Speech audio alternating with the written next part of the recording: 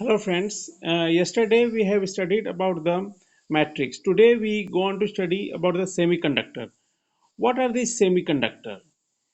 They are the having the resistance in between the conductor metal and the insulator. It is of two types, intrinsic and the extrinsic.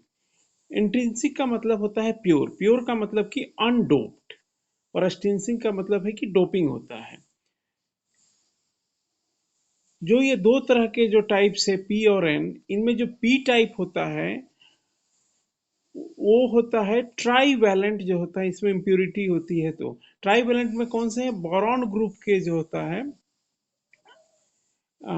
आपके boron हो गए हैं, aluminium हो गए, gallium, ये included है इसमें, इंडियम भी हो सकता है। उसके बाद जो एन टाइप का है उसमें जो होता है आपके नाइट्रोजन ग्रुप के जो होता है कुछ एलिमेंट है, जैसे कि फास्फोरस और आर्सेनिक मेनली जो होता है कंसीडर होता है।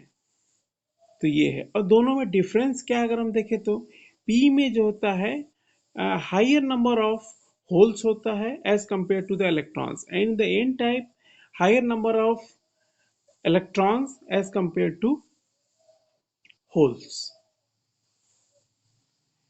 Next, the pure, that we know that silicon and germanium are intrinsic, the pure. In this, the doping occurs and it becomes the P or N type.